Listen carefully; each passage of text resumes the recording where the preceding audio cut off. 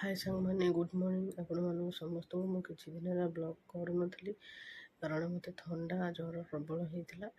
आज चलंतु blog start करबा। आज तो हमर वर्षा प्रबल होछ, आपण गाडे होछ नै कमेंट करे कहिबे। आगु चलंतु हम पाग देखिबे केमिति हेछि वीडियो रे रोहन सांगमाने। आज चलंतु वीडियो स्टार्ट करबा। रोषे करू मो तो ठाकुर पाकर पूजा सरी गलानी। आरब तो स्कूल पळै जाइछि। एठी पळै आसिले सकाळ जळखिया करी आंकु दे से खाइकी बाहरी जिवे तांकर पारादीप। आमे एठी करछु, एठी बोन को खाइया दे दी मो दीदी हमर खाइ बसिला बेलू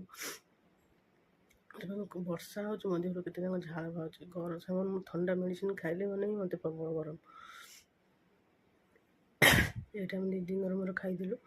एठी देखन केंदे पाग केमि देइ संग माने ये छिड़ा है पाग सिना वर्षा टे कमिले गाड़ी नहीं जीवे।